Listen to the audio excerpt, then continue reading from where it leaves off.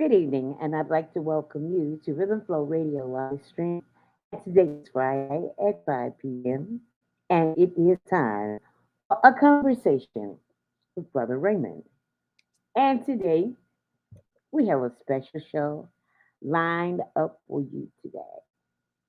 As a matter of fact, you will get a chance to go behind the scenes and find out who Brother Raymond really is. You know, they all say we have a past, but we don't live in our past because we live in our future. Our past is just, I guess you could say, our past is just a trail. It's just a trail that leads to where we are today. It's like a blueprint. It's like something that we have to do in life to get where we're going. It's like an educational piece. So, until I get ready to go one on one with Brother Raymond, should I say author, activist, motivational speaker, founder of Brothers Standing Together, Brother Raymond, I'm going to bring him to the screen and let him do what he knows is natural to open the show. After he opens the show and rant and rave as he normally does, I promise you I will come back and I will get so personal with Brother Raymond, he will probably want to end this show. And without further ado, here is Brother Raymond Richards. Hello. Hey, how you doing? Good evening, ladies and gentlemen, and welcome to a conversation with Brother Raymond. I am your host, and as always, as we do about this time, we go into prayer. So I ask all y'all to bow y'all heads as we give God reference. Heavenly Father, we thank you for waking us up in our right frame of mind this morning. Lord, we ask that you continue to guide us, keep us from hurt, harm, and danger. We ask a special prayer that you end the war in Ukraine and let Russia and Ukraine solve their differences, not in war, but in peace, love, and unity. And we pray all these things in your mighty, magnificent Son, Jesus' name. Amen. Amen. Welcome to a conversation with Brother Raymond. So many times people want to know a lot of things about me. And so I took a close and in-depth look at myself and what I've been doing and how we've been doing. And so my counterpart, who has been with me virtually every step of the way, what other brother person to give it to me, because she comes with no favor. She come uncut in the raw, and she gives it to it like we need it, whether we like it or not. It's many times me and this sister went to battle because of different segments and different things that I was supposed to do and that I didn't do, and she didn't hold her tongue. And so I told her I would be honored if she would do the interviewing of me, so that one, we can let you guys know about where I come from and where I'm at now, and two, to clear the air on some speculation. It might be some rumors, it might be some anything. But today we're gonna put an end to that. So I'm gonna turn the mic back over to Katie Lowe and let her do what she do. All right, everybody. My name is Katie Lowe from Rhythm Flow Radio, right here on Facebook Live, YouTube, and Spreaker. We know that every Friday, Brother Raymond comes to us and he is so candid about the things that he talk about the things that he say. And we know that he does not, he has a knack for cutting into people who he feels that on the wrong track because he knows those tracks. He always tells me, "Oh, I've been down that track before." And who better to tell you about life and life's journey than somebody that has lived it?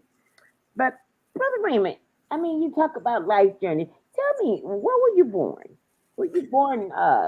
Were you born here in Chicago? And what part of, if you were, what part of town? I was born and raised in Chicago, of course, Cook County, and I was born and raised on the near north side, a project called Cabrini Green. The famous Cabrini Greens, right? Queen High. Yes, yes. All right. Okay, I was reading a little synopsis about you, and it was talking about at 11 years old. At 11 years old, that you were gang banging.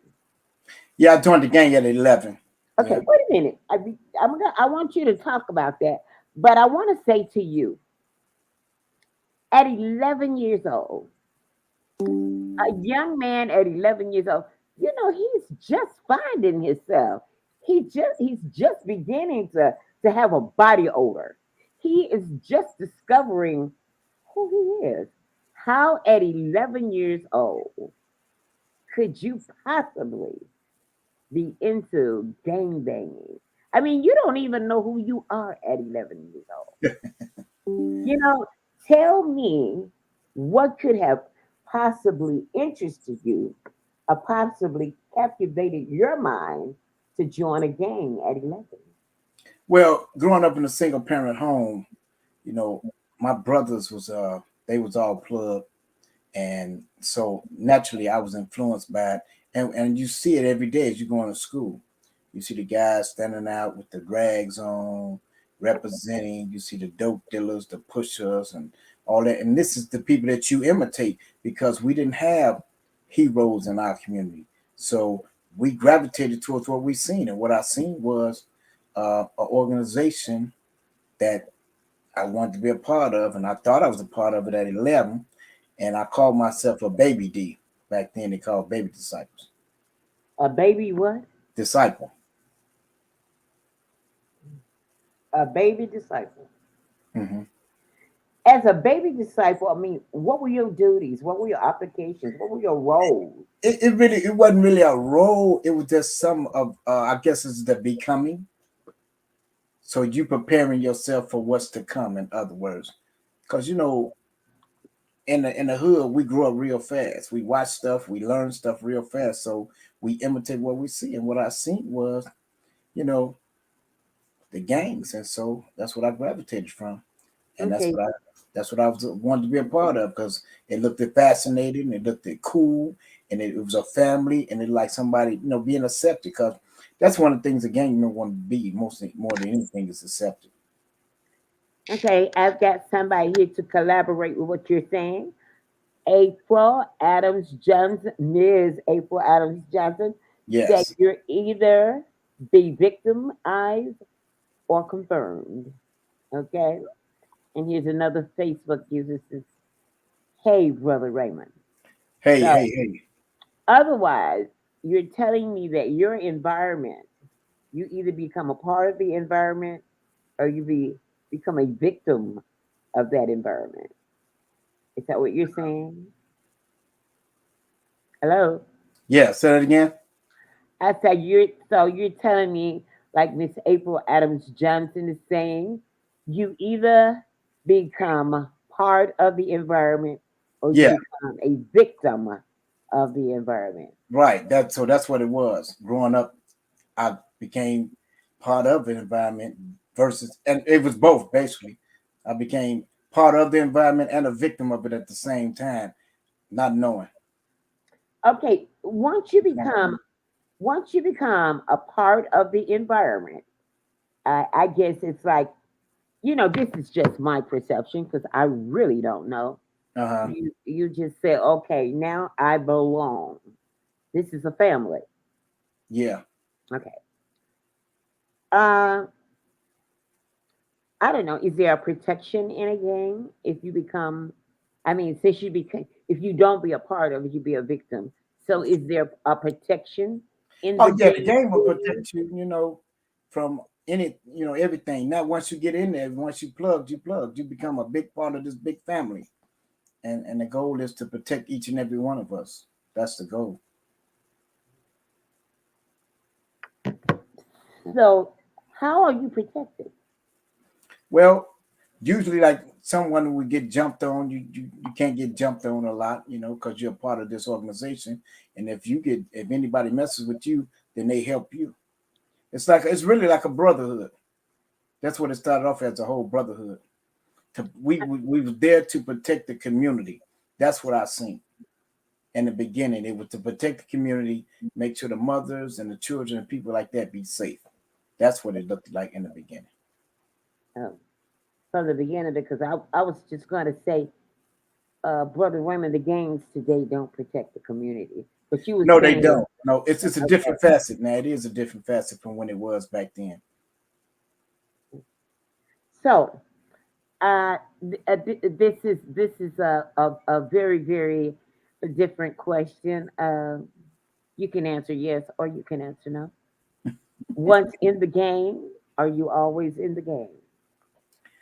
I Well, know that I know this is an experience that happened. You said I can answer ask these questions any way I want to, that's right. in anything that I want to. So, you know, I'm not gonna pull any strings.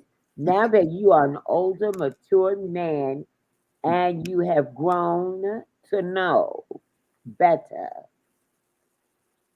once in a game, are you always in a game? Well, what you can they call it renounce yourself, Mm, but once you plugged, you always plugged. It's not no. It's ain't. I don't see it as you don't do the same things you used to do, and you don't go about it because I'm gonna keep it real. okay. Because that was something that I was a part of, and why I don't gratify it, I was a part of it, and so the brothers and sisters I grew up with in the struggle, we struggle for a different cause. That's why it's called growth and development. It's called what? Growth and development, because Growth you and grow development. and you develop into the person that you always knew that people always knew you can be. In other words, see, I Okay. grew and developed into being Brother Raymond, as opposed to being Shorty G on the streets. What was your gang name? Oh, Ray Skate. They call me Ray Skate on the streets, Ray Skate. or Skate Ray. G, and Lil Ray, or stuff like And that. how long were you affiliated? During that Approximately 40, time, 40 plus years. 40 plus years. Mhm. Okay. Tell me some of the some of tell me some of the great things that happened to you while you were gang banging. Well, if the truth be told, there was no great things that happened to you in a gang. Gangs are made up of a group of peoples who fight against each other for a common cause, and some have been misled, misguided. So it ain't no fascination in the gang. It's all about survival. It's about this set versus another set. So, and that setting and that being, if you were like me, I was a black gangster disciple, for the record. And when I was a Black Gangster Disciple, we went against MCs, Black Peace Stones, and Vice Stores and of the such. And so we would go against these other organizations strong and hard, and some, and we fought to win. It was always, no matter what you were doing, you was in it to win. So it ain't no right or wrong. It's just once you in, blood in, blood out. Even to this day, today I do a lot of great stuff, but just because I do great stuff today, the wreckage of my past can show up at any time. So Raymond, uh, what did you come from a single family home, right? Yes. What did mom think about this?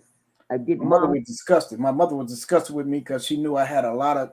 She seen something in me that I didn't see in myself. She knew I had a lot of talent. I was very athletic. I was a dancer. I played all type of sports. I was very.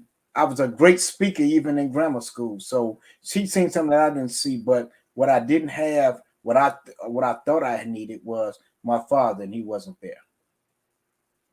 And so I act out as a rebellious towards against my mom, and I went to where? To the streets, because the streets looked at inviting, they looked at accepted, and that's why I gravitated towards. Now, of course, by no means necessary was my brothers or my sisters in agreements with what I was doing. In fact, I was sneaking and hiding for a period of time until well, I ain't gonna say accidentally. I crossed the line and I got my tattoo. This is my first tattoo. But Raymond, do you know one of the greatest men in America, in our American history today,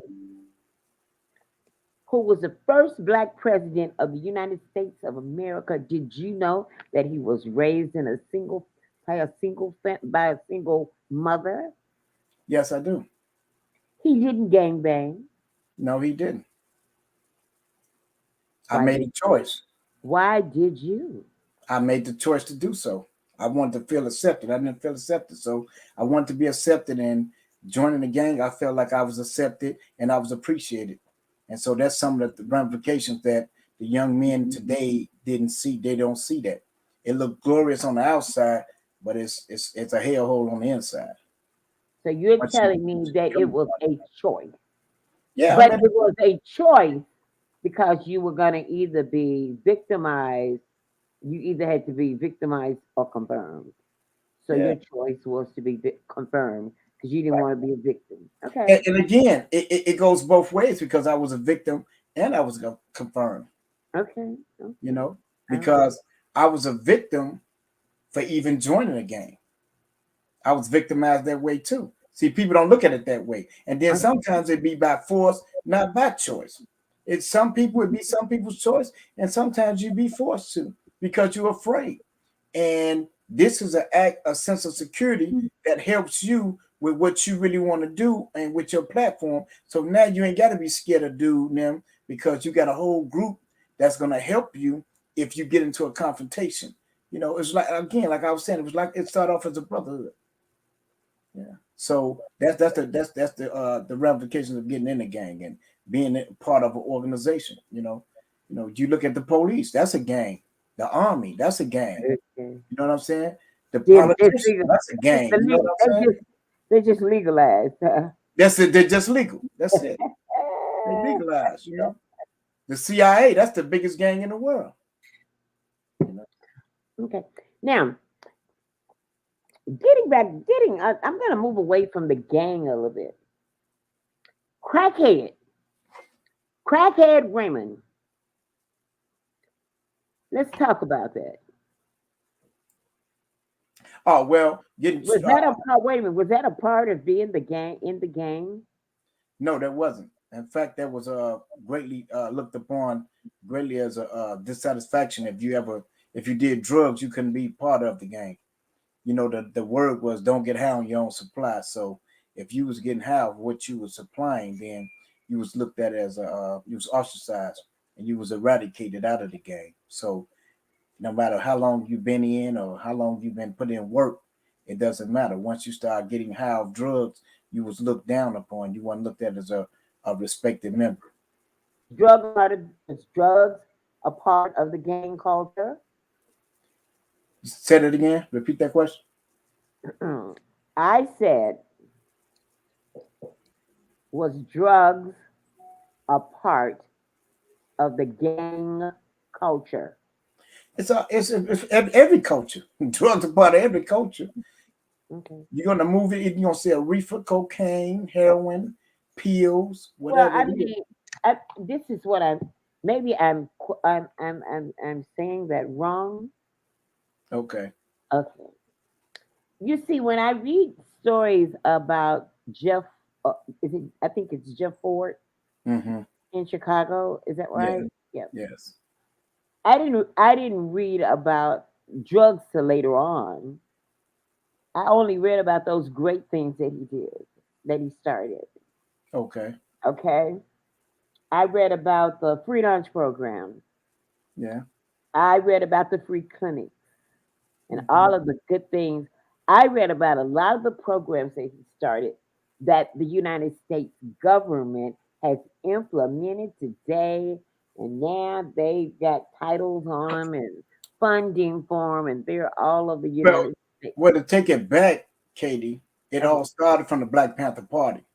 All The right. Black Panther Party gave us WIC and free lunch and all that, and hot breakfast and all that. If it wasn't for Fred Hampton Sr. and the Black Panther Party, it wouldn't have existed. And then Jeff Ford, Chief Malik, he incorporated as well as Larry Bernard Hoover. They incorporated these things in their communities, and they give away. They fed the community, and they gave back. And so that was some good things. But it was always some. The good. They said the good can't outweigh the bad. So if the bad outweigh the good, then you're a bad guy.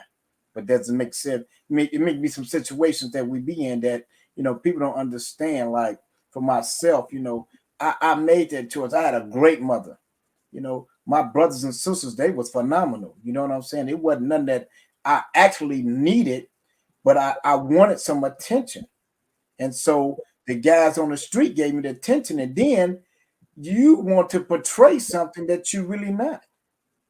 In all nationality, it's nothing to praise it. It's something that you portraying that you really not. Like, you tough, but you ain't that tough guy. You a shooter, but you not a hitter. You know what I'm saying? You're a gangbang, but you ain't trying to really hurt nobody. You know, so some of that was a facade. Some of the cats wasn't even built from that, cut from the same cloth. You know what I'm saying? So when you go on the acts of war, when you join the gang, you have these guys that it's separate. The ones who gonna be the shooters, the fighters. It's just like an organization. You got accountants, you got everything. So these are the things that happens with joining the gang. But in reality, you just want to be a part of something. So if somebody accepts you, then Okay.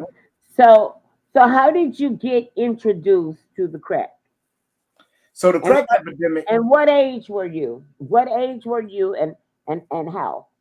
the crack epidemic came at I was in my late 20s. Because at first you have to understand, we go back.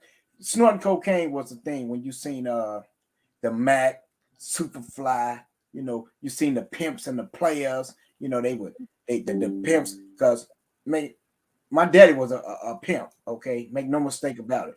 Full-fledged, right? And my daddy fingernails was real long, right?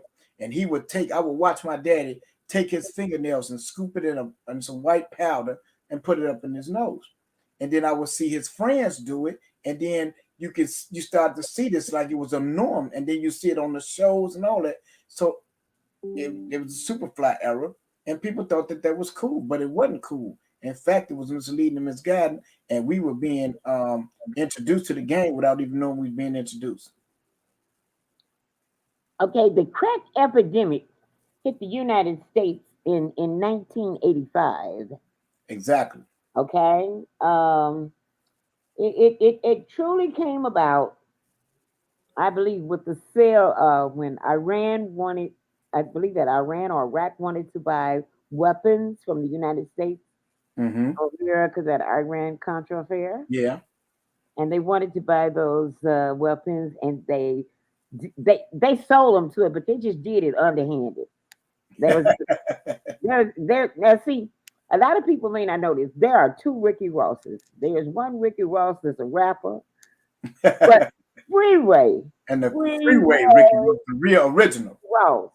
That's Exactly. the real. That's the real Ricky Ross. The real Okay, deal. Right, right. okay. That's as they say. That's the real deal. Holy hell. Yeah, yes, sir. Okay. Ricky, yeah. Freeway Ross, He- baby. that's right. He's the man who introduced that crack cocaine Mm-hmm. by way of, people don't like to say, by way of Manuel Noriega and the United States government. They Right. don't want to say it, but it's the truth. Let's just be real. But it goes back even further than that. Really? Before the Okay. crack was introduced as crack, it was Okay. freebase. You remember they would take it Okay. and cook it Okay. and put it on the mirror, dry it up, scoop it up, and put it on the pipe and smoke it. Okay. So it was just another form of that. So everybody was freebasing, and it looked cool. And But how did you get introduced to that? so family. I come around dysfunctional family. I had a dysfunctional family. I make no gripes about it. I love my family, but we were dysfunctional, and some of my people got high. And you would come around, and it's not intentional. I don't think they did anything intentional to show me, but I may walk in a room and see them doing something, or I will watch. And we children and young people, we watch and we pay a lot of attention. And that's what I tell people today. The children are watching our movement and our footsteps. So if we're not doing what we need to do, then that's why a lot of people not being respected. But you'll watch it and you'll see it. And just like the cartoon, I got curious like George. And I wanted to see what it do. Oh wow. And then I So found somebody, somebody. because you was curious. How old were you? Somebody introduced you to it? Yeah, you gonna get introduced. Everybody get introduced to something. You gonna get introduced to it. Yeah, because you're gonna be out in the street. That's why they call it the street. Because one of the things I always say to people, have you? And I got this from my buddy Lonnie. Lonnie told me he was speaking at a meeting. It was so profound, and he said, "Have you ever seen the streets burp?" And I looked at him, and everybody in the crowd looked at him like, he said, "No, it don't, because it don't get full. It consumes body after body, generation after generation." And so on the streets, it's always people out there that's doing all kind of stuff. You're gonna run to people that shot heroin and shot cocaine, some snorted, some just free basic, some put it on a reefer, some put it on a cigarettes. So it's all different acts of people getting high out in the street, and you run into that once you become part of the street. So yeah, and if you don't know nothing about it, you're gonna get introduced to it because they say you green, he green, So they turn you out, Oh So wow. that's how I was introduced to it. So how long were you a Like crackhead? Without I'm telling me your like over age 20 right some now. years, over Without telling me your age, how long were you a over crackhead? 20 plus years. No secret. Okay, 20 plus years. Okay. Out of those 20 plus years that you were a crackhead, how many times did crack land you in prison? All the time. Every time I found myself in a predicament, it was because I was addicted to drugs. So I was living for one more. I was living to use and using to live. That was all it was. Crack had became my mother, my father, my sister, my woman, everything. Miss C is no joke. That's one thing I tell people. Miss C ain't no joke. And when she commands, you're gonna answer to her calls. Just like Mr. H, Mr. Heroin, same way. You're gonna answer to that. You could sit around and think you ain't, but you're gonna answer to them two calls. You're Now, gonna go out and do something.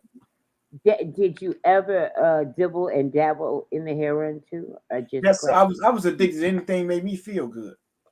So you were just I mean, you just anything that you could get your hands onto. Anything I get my hands on to make me feel good. So usually people like that they will they will scheme, they become manipulators, should I say. You'll sell your soul. You don't sell your soul to the devil already. What you mean? So Mm. what I would take from anything I stole, anything wasn't nailed down.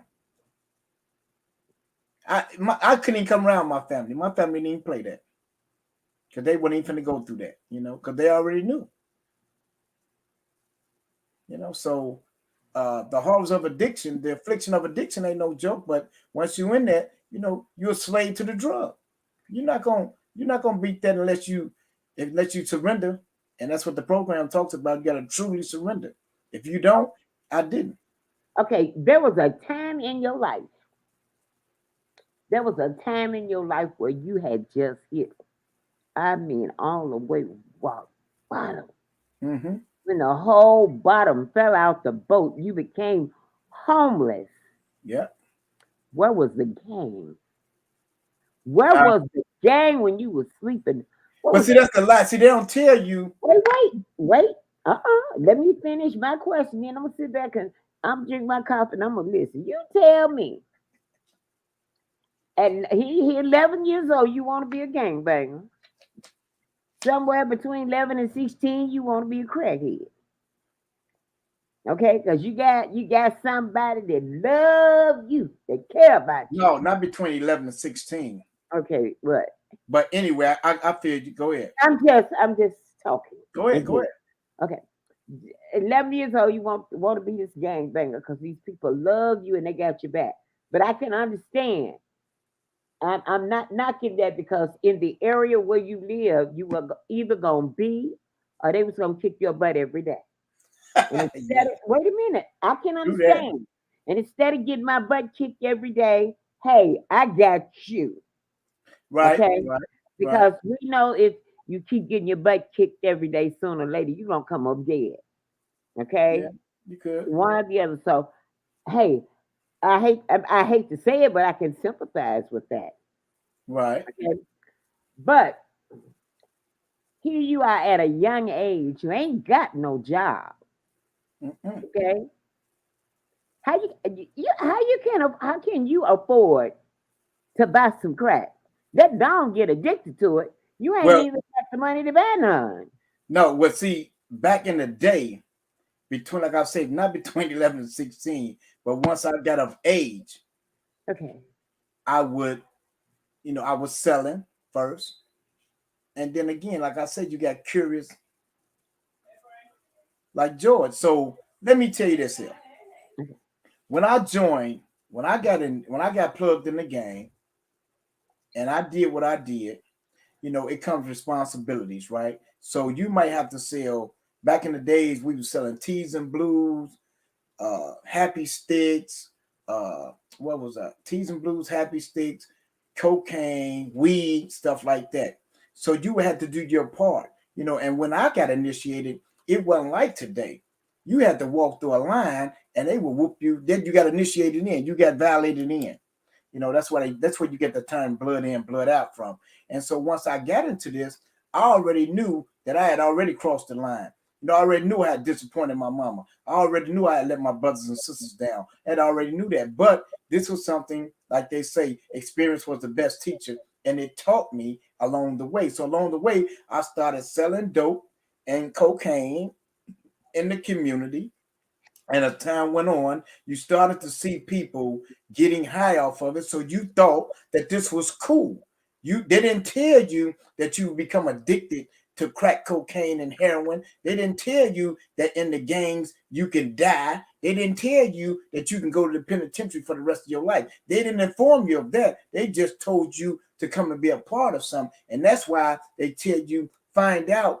Don't join something until you find out about it. So in the midst of doing all that, selling the dope and getting high and all that, we were smoking weed and drinking. But I seen my counterparts, they were snorting heroin, they were drinking syrup and taking the pills. They had their finger waves hanging. They wore the black bucks with the butt buckles and everything was cool. So that was attractive.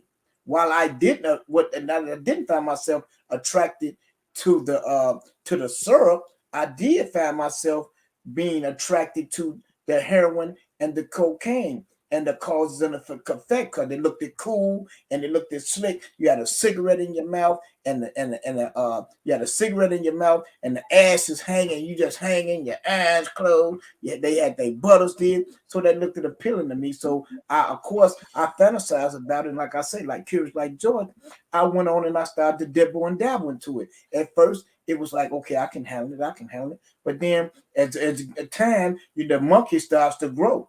And once the gorilla on your back, you wake up not knowing because again, they don't tell you the causes and the effects of it.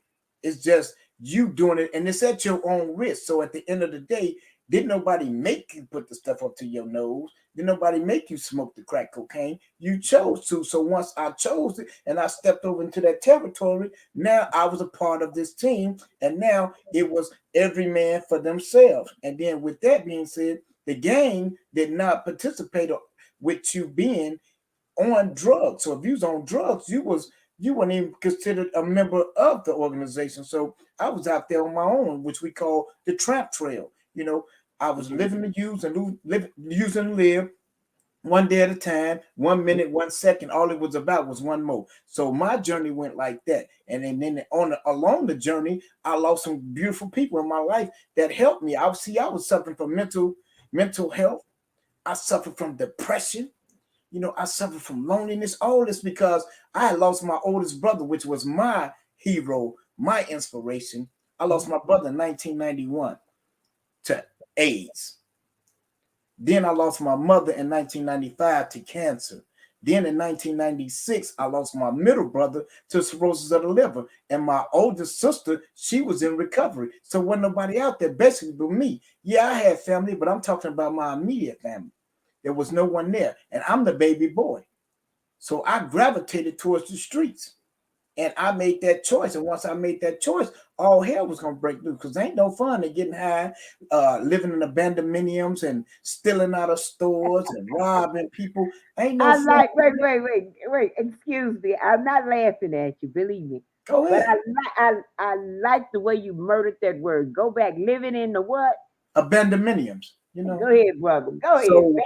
when you living like that on the tramp trail, from pillow to post, you might pay somebody a few dollars to live here tonight. You might, and it just, you lived in crack houses, you lived in shooting galleries and all that. So this is the lifestyle that you chose to live. And once you out there, you out there. Some of us find our way back and some of us don't.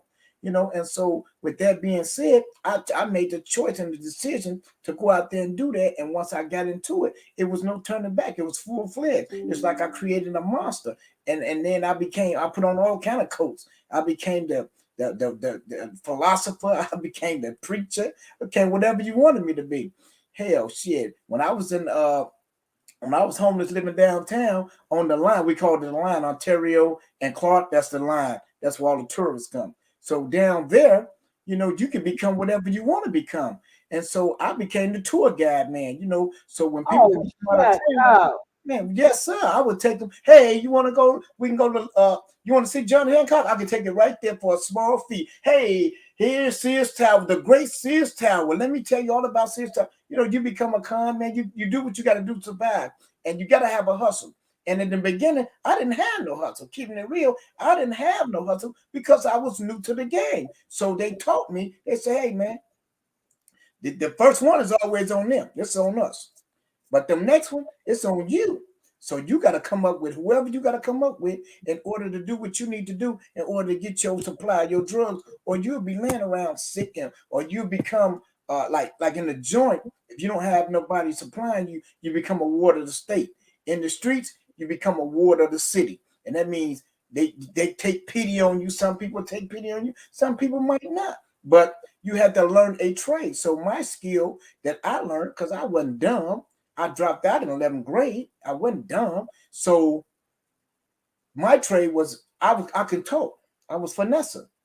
So I you had a became a different dad. tour guide downtown in the Chicago Loop. Yes, sir. And get down like I live. Tours And I was for introduced to people that. days. I was introduced to that because I didn't Pretty know nothing good. about this. It's a whole nother world, And so when you get into that lifestyle, man, you got to do what needs to be done. So I found my niche in. I was a great speaker. I knew about sports, religion, politics, and things of that nature. So I would strike up conversations in that nature. Or I would sell onion newspapers, free newspapers. We would sell you free newspaper. We come up with all kind of schemes, shoe shining, whatever, pickpocketing, selling slum jewelry, whatever the case may be, in order to survive. This is some of the things that we had to do. And I didn't know how to do a lot of that stuff. So I found out what I was good at was talking to people. So they said you can sell water to whales. So I started selling water to whales. I started selling people dreams and all that. And that's how I became who I became. And once I found that I was good in it, I excelled at it. And from there, I was a full-fledged addict and I was out there. And when I started living homeless, and not even only that, when you're living homeless, guess what? You feel free. In your mind, you free. You ain't got to pay no bills. You ain't got no responsibilities. You ain't got to worry about nobody telling you to get out and all that. Because when you getting high, you can't just stay in people's house for free. You got to give them something, especially if they getting high. Especially in a crack house, you got to pay crack house dues, which they had. You got to pay the house Hey, something. what? Crack house what? You had crack house dues too. You had dope house dues too. You got to pay them. You got to pay them people. So if you didn't have it, or you got tired of it, you would go outside. Shit, it's a big old world out there, and you ain't got to pay nobody nothing. You can live right here for the low price of finding you somewhere to live and parking you something. So I went dumpster diving. I found me a mattress. I had me some crates. I set it up down on the Lowe Walker Drive. When I was introduced to Lowe Walker Drive, we came from the low end, from the Ickies Copping. We come back. They said, man, let's go down Lowe Walker Drive. I'm like, what the hell is Lowe Walker Drive? They said, we're going to show you. And they took me down there and they showed me. And then I looked, I was amazed because it was a city under the city. And this is where all the homeless and the least, the lost, and left behind, as the Bible talk about, this is where they were. And so they was walking around free. They wouldn't have a care in the world, and they didn't bother nobody, and nobody bothered them. So they welcome you. From Lowe Walker Drive. So now I'm sitting in Lowe Walker Drive. I'm still amazed myself. I'm like, damn. Did they welcome you when they saw you, huh? Oh, they welcome you with open arms because you're getting high. Now you're getting high. Now you just found out it's all different kind of spots. Like Tent City ain't no new spot. Lowe Drive was the first spot, and it's still there to this day. And so once they showed me that, they're like, man, we live down here. You live where? I live down there. I live down here. And I'm over here.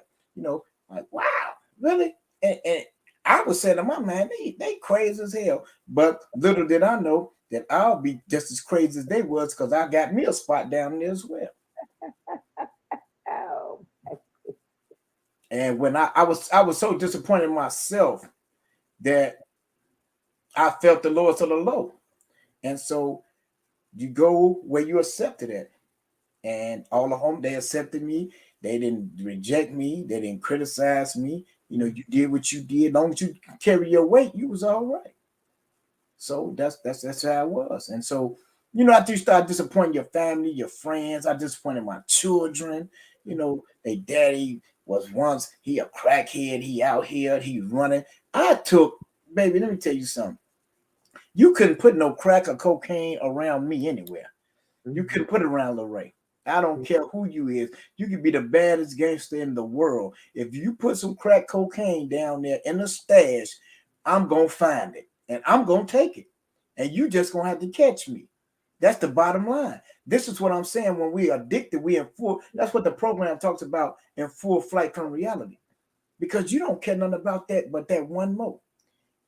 It became so repetitious, whereas they stopped even jumping on me.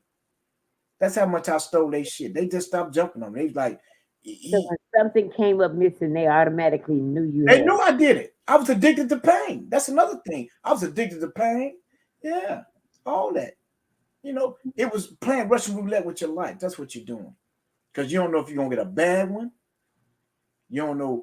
It might be your last one. You might catch a heart attack. You never know. You never know what's going to happen. So you playing Russian roulette when you're out there doing drugs. But that's the life that I chose, And after I disappointed my family, and man, it was to the point to where, he was tired of me, man. I was always on the run. I was always on the run. I couldn't keep my hands off them people's shit.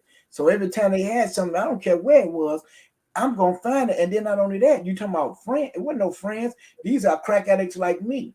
And the addicts would help. Hey, Ray, they got you dig over there. It's a bomb over there, Joe. If you can get it, Joe, we good. And I would go and do it, steal it, and they'll hang out with me and smoke and snort up until it was gone. Then it was gone. Then they was able to go home, because guess what? They wasn't looking for them. They was looking for Little Ray. And it became a pattern with my life, man. And that's what I mean when I tell y'all it spiraled out of control to where I wind up on the Lowe Drive, because I was around people that were just like me. And then they showed me a new way to hustle. You ain't got to steal their stuff. All you got to do is go up there and hustle. And I learned how to hustle and bustle and boast. And, so I was in front of Patello's. I was in front of Walgreens. I was in front of Hard Rock Cafe, Rain Cap Forest, all these places. I would hustle all around there, and to the point that I didn't go back to the Cabrini. Shit, I don't even remember the last time I went back to Cabrini, when I went maybe in and out, every now and again, just stop by the hood just to hang out for a hot minute. But that's how it became. That was my world. That became my world. I lived there. Like I told you, I went dumpster diving. I found me a mattress. I had some crates. I put my stuff on the crates. I had the crates set up where you have your stuff, because this is insane. You're insane, because you crazy. You under the influence. So you're gonna do whatever it is in order to make you feel like you're acceptable, or that you, at the end of the day, let me tell you this. I can remember I would smell so bad. You can smell me before you see me. Woo! I had a long beard like this. I had clothes on that I probably wore for weeks at a time.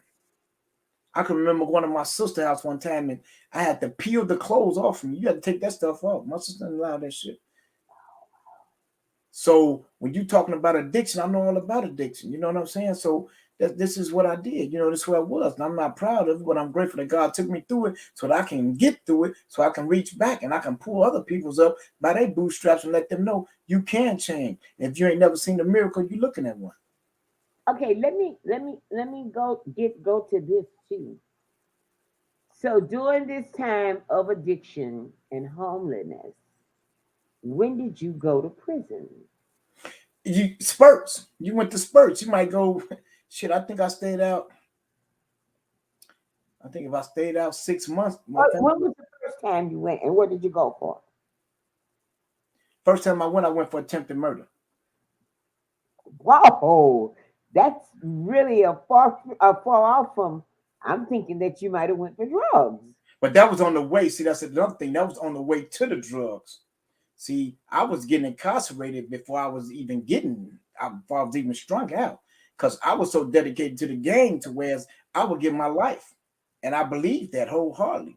And that's how I did it. So if you came up, it was me or you. Survival of the fittest. You kill or be killed. So if you Ooh. only the strong survive, and they say the weak shall perish. So if you was one of them weak cats, you didn't make it. And coming from where I come from, you had to be strong. I don't care if you had to fake it. You had to fake like you were strong. Because if you showed any signs of weakness, your ass was out of there. You was out of there. It was over with.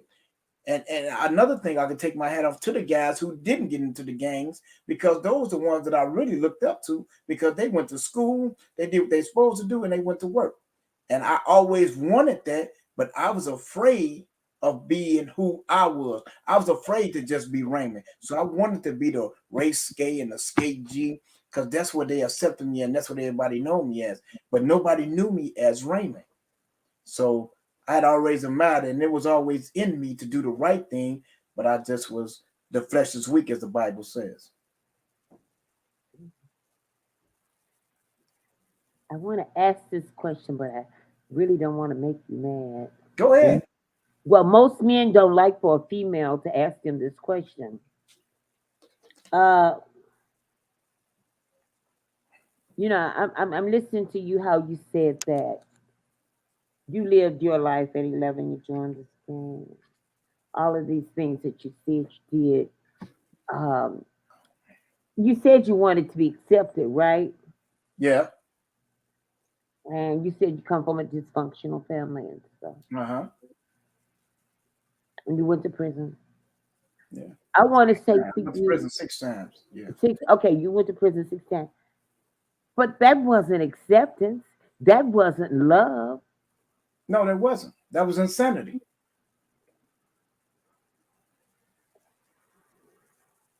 They said you're doing the same thing over and over, looking for different results. That's insanity. That is just as insane. You know what? And I had it on my Facebook page one day. Somebody sent me that, and they sent me that late at night, and I couldn't even wait till the next morning. And I think when I got it, I think when I found it, at least I stuck it out there because that is insane. So when did you wake up? Well, I woke up in 2006. It was my That's last about 18 years, 2006. Is that what? 18, about 16 years, 15 years ago. 15, 18 years 16 ago? years ago. So I went to the low end, I caught, and we came back under Lowe Drive. And for anybody of age, you remember the radio with the 8 big batteries and the 7-inch Oh, screen? the big boom boxes. Yes. So we had one of those down there. And when we got back, we was doing our stuff at one of the spots, and Inner City Blues came on. Marvin Gaye, never forget it. It's in my book. And so when it came on, it hit me like an epiphany. He said, "Maybe on the holler, throw up both your hands. This ain't living." And I looked around under Lowe Drive, and it wasn't living. We were only existing. And at that time, I just felt like I didn't want to exist no more. I wanted to live, but I didn't know how. So I cried out to God, and I asked God, I said, "Man," I said, "No, this is what I told the guys." I said, "Marvin is right. This ain't living. We only existing." And the exact thing they told me was, "Man, you blowing our high." And tears came out my eyes, man, because I knew right then and there that this is the lifestyle I didn't want to live no more, and I could do better with myself. And so I asked God that same day, I said, "Lord, if you take this away from me, you'll never have to worry about me again." And the Bible said, "Be careful what you ask for." Because at that time, I was running from the parole officer because we never checked in. Every time you get out the joint, you just get out the joint, and the catching come for the hanging. That's what they're saying. So you ain't report to no parole officer, nobody. You went doing what you was doing, and when you got caught, you just got caught. So I was on the run from there, and I went on my last. I was a sneak thief, so I would go steal out the stores and all that. So on my last run, I went to CVS on Division and Rush. I remember it like yesterday, and I went in there and I seen the old guard in there, and I was like, "Wow, this is sweet." So I had a bag under my jacket, and I opened my bag up, and I just went shopping. I started taking all the body washes, pouring them in my bag. I went and got the deodorants, and I went and got the Johnson's baby oil and put it in my bag, zipped it up, and I was on my way out. And the guard came and he fronted me. He said, "You got to put that back." I said, "Oh man, I don't want to kill you and you don't want to die." And he didn't move, and I knocked him down. Instead of knocking him, when I knocked him down, instead of going around him, I stepped over him. And when I stepped over him, he grabbed my genitals.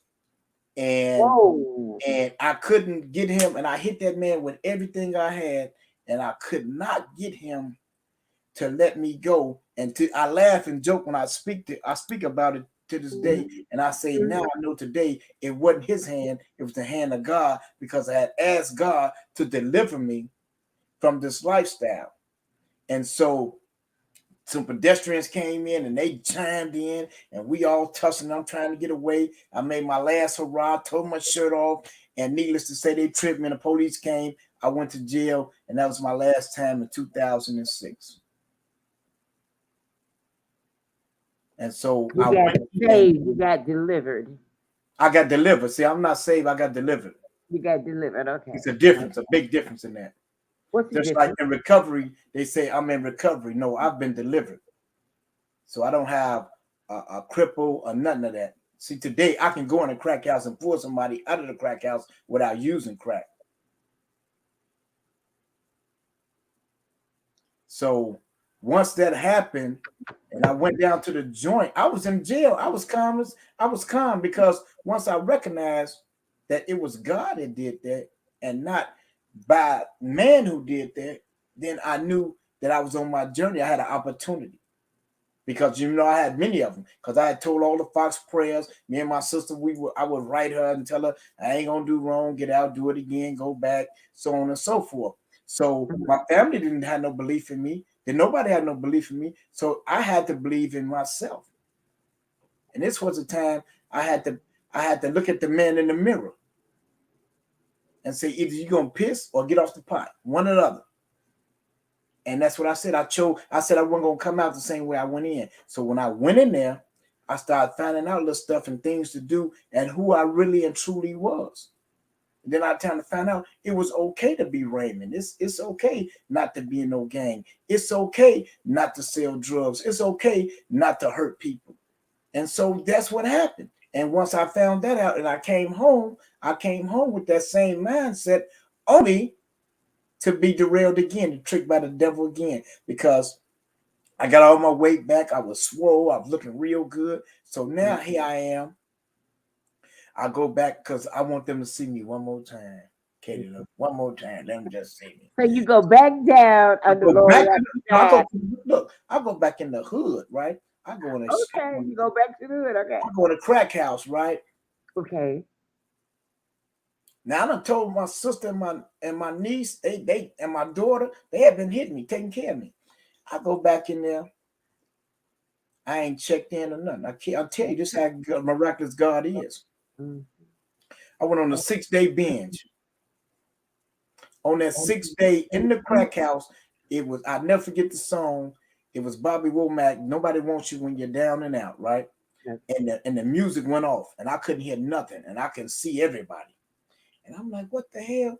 And that was the voice of God telling me, if you don't get up right now and walk out of here, this will be your end. And when I looked at my friends, all I seen was skeletons, scared me to death.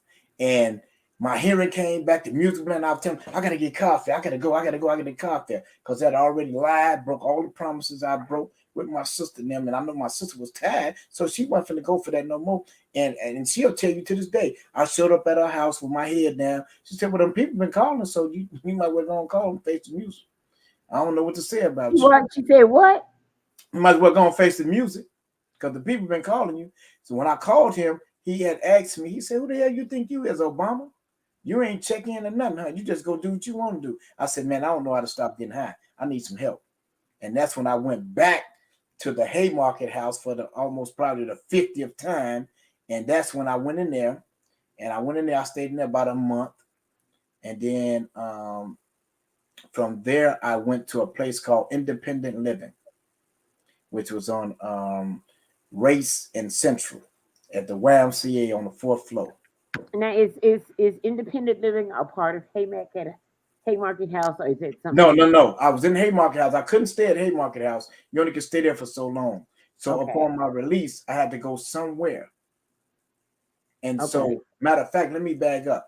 So I actually was um uh in a recovery house on 112th. I'll never forget it. 112th. And living there, this is the last time. This was the last time. I was living there, and they were saying that you have to pay $90 a week or give up all your stamps and all that. And I ain't had no money. And I was like, man, I ain't got no money right now. I just came home. So they was like, well, y'all need to find y'all some place to go. They gave us 30 days. So that's when I found out oh about wow, independent living, because we went to 10 South Kedzie on the west side, and we met a man. He's gone to glory. His name was Julius Union. hmm Short, sweet, powerful man. And he hmm said, you're in one of the recovery places, ain't it? I was like, yeah. He said, I hate them places. He said, what if I introduce you to a place where you can live at 6 months? After 6 months, you got to go, though. I said, oh, that'd be good. He said, it's called independent living. He told me what to do. I filled out the paperwork, and I went there. And once I went there, what happened was I started to live there, and then I had to find different ways of me. I worked at Moore and Orange on Madison. So, you know, and my life I started to live my life. And I just knew I didn't want to get high no more. I didn't go back to the hood this time. And then so I was introduced to a place called Target Area Development, which I went to. It was 1542 West 79th. I went there and I started to volunteer there. And from there, volunteering every day. And they'll testify, I showed up every morning on time with coffee in my hand, suited and booted, ready to help. So when I got in there, I started asking questions on how do you do this and how do you do that, and they were showing me. They showed me how to fill out intake forms. They showed me how to put the inmates information in the computer and stuff like that. And so we created a meeting called Overcomers, right?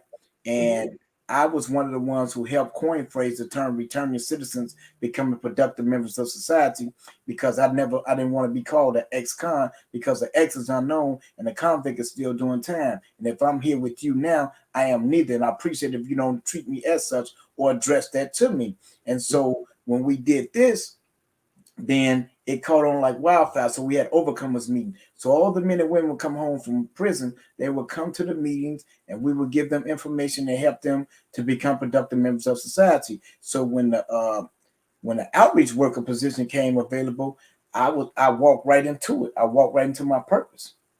And from there, I became a motivational speaker.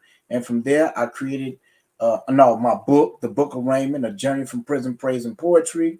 And from there, I created the organization called Brothers Stand Together, because I knew the brothers and sisters coming home from prison, we wasn't getting treated fair. And I felt like this organization could be the organization that can change all that. So that's what I was doing with that. So with that being said, my program Brothers Stand Together was designed for the men and women coming home from prison, helping them become productive members of society, as well as working with the high risk youth. And so that's where Brothers Stand Together was created, and that's where that was born. Okay. Now, I want to ask you this. This is now 2022. Now, how long have you been? How long have you been clean, and how long have you been the returning citizen that you are today? I've been clean since 2006. I've been a returned citizen since 2008. Okay. As a returning citizen, I know that you started the group Brothers Standing Together, and I believe that it has some growing chapters outside of Illinois. Yeah, Am I correct? there's now 4 new chapters. Okay. And where are those four new chapters located? Uh, Cincinnati, Kansas City, Arizona, and I opened this one in Texas. And I just got a call yesterday about my brother in Memphis, and he was like, I want in too. So we will possibly be opening up a chapter in Memphis as well. Okay. But let me read this to you, how it all came about. Okay, all right.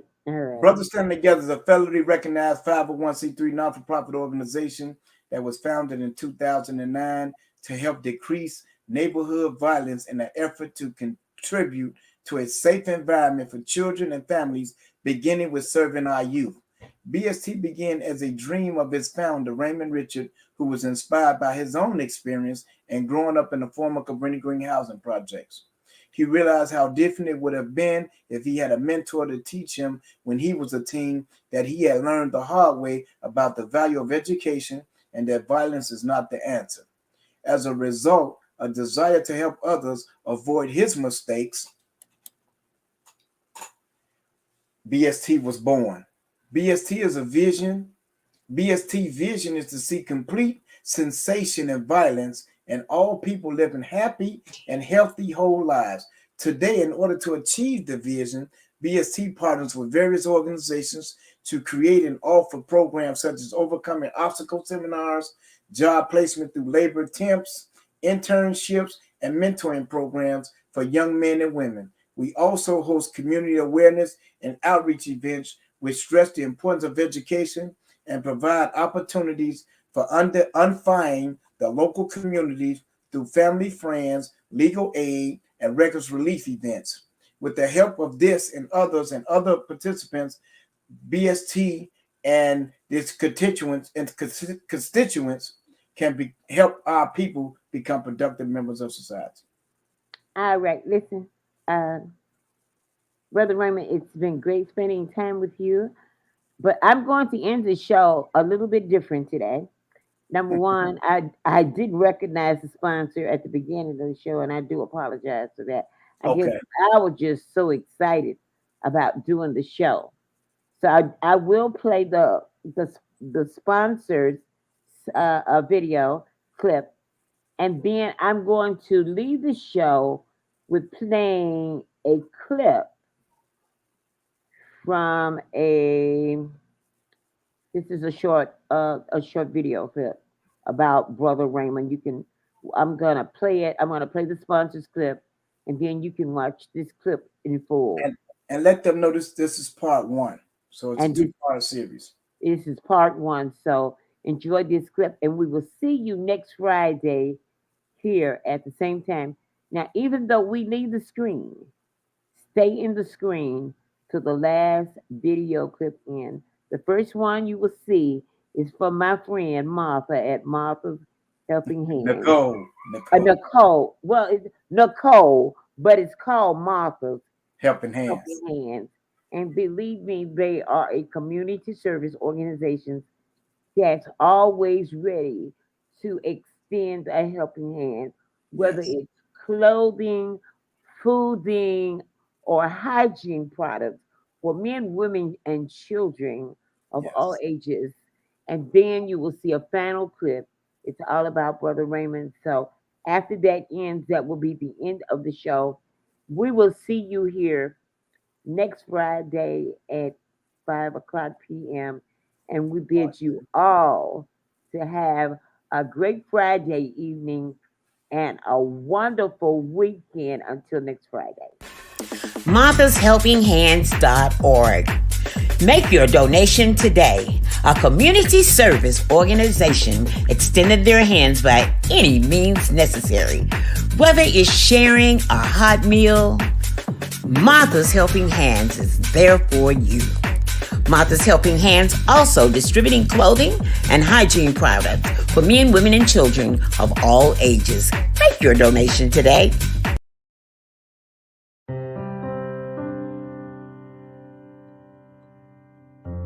My name is Raymond Richard, born and raised in Cabrini Green. I lived down in the row houses down there originally. My life was spiraled out of control at the age of 11. My two brothers was affiliated, so that only encouraged me even more to be affiliated. So as my life started to spiral out of control, I turned to drugs heavily. And then from 17 on to 42, I was in and out of Cook County Jail and penitentiaries. What makes Raymond great is he isn't afraid to talk about his experiences. In the penitentiary, on this last penitentiary run, I've just asked myself, what do you want? Is this going to be your end, the penitentiary and drugs all your life? What do you want in life? And I want to come out better than I came in. I wanted to give back to my community for all the stuff that I've done. I found what my purpose was. I wanted to be an outreach worker. I wanted to help the gangbangers. I wanted to help the people that was addicted to drugs. And I wanted to help the people that was homeless. So now I found my purpose in life. And since then, I've been home, and that's where I created Brothers Stand Together So No One Stands Alone, a 501c3 organization which work with youth 14 to 24, as well as men and women coming home from prison, as well as feeding the homeless. I first met Raymond when we launched our Leadership Council table in 2014. Raymond is one of the founding members. Our Leadership Council, made up of clients, former clients, and advocates in the community, really grounds us in what the issues are and gives us solutions as to how we can overcome and solve those issues. We go down to Springfield and we help pass 7 to 8 bills thus far. When we passed our ceiling and expansion bill, that was my favorite memory because it opened up so many doors for so many people to have a second chance at life by having their records sealed or expunged. We have to lift up those voices and make sure that they are included, that we're hearing from them. What do they need? If you want to be a difference, then you got to be involved. So by me wanting to make a difference, I got involved. And that's why this award is so precious and dear to me, and I'm so excited to receive it. I just thank God. I thank the Cabrini Green Legal Aid and the whole CGLA staff. To be honored for something today is like a miracle. And I just look forward to doing more positive work